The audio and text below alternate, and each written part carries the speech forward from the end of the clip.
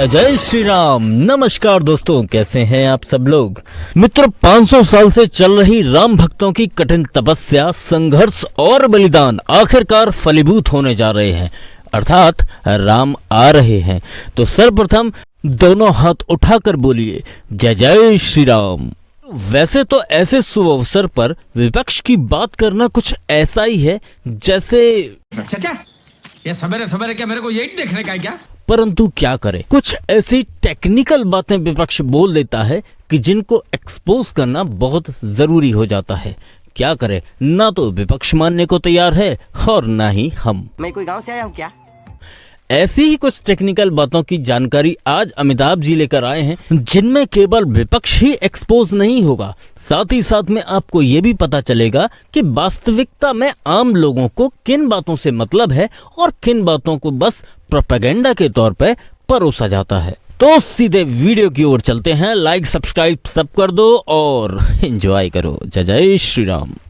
फराज किद भाई साहब, मसला वही। अब उत्तर प्रदेश में विपक्ष का ज्वाइंट कैंपेन इंडिया गठबंधन का कब से शुरू हो सकता है, क्या लग रहा है? चूंकि आपके प्रतिद्वंदी पार्टी, प्रतिस्पर्धी पार्टी 25 तारीख से इलेक्शन कैंपेन आरंभ कर रही है बुलंदशहर से। फराज बाबू, आपने कहा कि गरीबी जो है वो किसी देश से जाती नहीं है और ये तथ्य है, सच है। लेकिन गरीबी कम जरूर होती है जैसे जैसे देश में तरक्की होती है। अब ओपी सिंह जी एक रिपोर्ट का जिक्र कर रहे थे, वो मेरे हाथ में है, ठीक है। अब इस रिपोर्ट की ओपी सिंह जी या तो खाली हेडलाइन पढ़ करके आ गए हैं और या इनके पार्टी से व्हाट्सएप आ गया है कि भैया आप ये बोल दीजिएगा। पूरी जिम्मेदारी से मैं बोल रहा हूं, ये बात कर रहे हैं और ये गरीबी की बात नहीं कर रहे हैं, ये मल्टी डायमेंशनल पॉवर्टी की बात कर रहे हैं, जो कि अभी नीति आयोग ने रिपोर्ट निकाली है। इस मल्टी डायमेंशनल रिपोर्ट के हिसाब से आपको ये जान करके ओपी सिंह जी हैरानी होगी कि आपके मोदी जी के अमृत काल में जो रेट ऑफ, जो अभी अमिताभ जी आप बोल रहे थे कि rate of multi dimensional poverty जिस तेजी से यूपीए 1 और यूपीए 2 में गिरी थी, उससे कम तेजी से गिरी है माननीय मोदी जी की सरकार में। तू समझा? हाँ। 27.1 करोड़ लोग मल्टी डायमेंशनल पॉवर्टी से बाहर आए हैं 2005 से लेकर के 2015 तक। कर रहे हो फराज बाबू, सिंह जी ने कठिन बात की अमिताभ जी, तो उसका जवाब तो जनता को, आपके दर्शकों को देंगे ना, करोड़ों दर्शक आपके हैं। ठीक है भैया, जी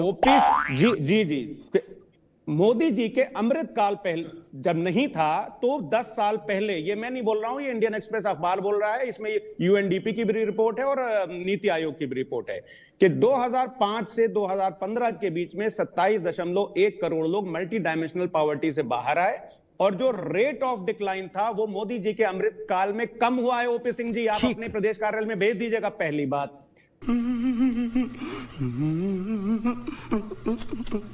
तो आपकी बात को मैं मानता हूं कि गरीबी जो है वो कम होती है, खत्म नहीं होती है, और जो रेट है वो इनकी सरकार में जो है गरीबी कम होने का, ये इन लोग ने और खराब कर दिया। पहली बात।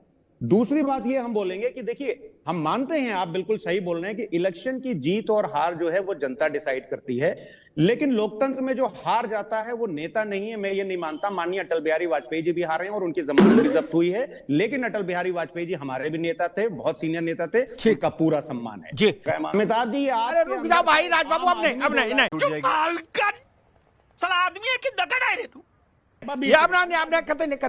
ये यूएनडीपी, ये सीएनपीडी टाइप की जो बातें हैं अंग्रेजी की, ना ननकू जाने ना रज्जाक। इस देश के दो बड़े नेता, अरे रुको भाई, इंदिरा गांधी और नरेंद्र मोदी, उनके भाषण सुनिए जो देश के आम आदमी को सबसे ज्यादा समझ में आते हैं। इंदिरा जी का भाषण मैं सुनता था और नरेंद्र मोदी का तो खुद सुन ही रहा हूं, कवर ही कर रहा हूं पत्रकार के नाते, ठीक। इसलिए इन सब बातों में, फर्जीफिकेशन में मैं कभी नहीं फंसता। इन सब किताबों में क्या लिखा छोड़ दी, किताब पढ़ के कोई वोट देने गया क्या? और एक बात और कह दूं सबको बड़ा श्रद्धा के साथ, भले ओपी सिंह जी कुछ कहें, फराज किदवई साहब कुछ कहें, नावेद जी कुछ कहें, मेरे मोहल्ले में विकास हुआ कि नहीं हुआ फराज बाबू, ये ना तो मैं मायावती जी के सर्टिफिकेट से मानूंगा, ना समाजवादी के, ना राहुल गांधी के, ना ओपी सिंह के। मेरी आंखें फूट गई, मसूरदास हूं, मुझे नहीं दिख रहा। सड़क बनी तो मुझे नहीं दिखेगा, आप बताओगे तब पता लगेगा। पहले मैं 10 रुपया कमाता था, अब 11 कमा रहा हूं, तो उसके लिए समाजवादी पार्टी का सोशल मीडिया के हैंडल देखूंगा तब पता लगेगा, मेरी जेब नहीं बता देगी। ये तो वैसे ही बात की जा रही, क्या गया देश के राजनेताओं को कि ठंड टीवी से देख के जानेंगे। गजब कर रहे हो, देह से नहीं पता लगेगा। यूएनडीपी, सीएनटीपी, टीपी, ये क्या है? once more, यूएनडीपी, सीएनटीपी, टीपी, ये क्या है? इसीलिए सब लोग बेकार, वोट के समय में डब्बा खाली मिलता है, कहीं 3 वोट, कहीं 5 वोट, कहीं 10। मेरठ के एक मंत्री थे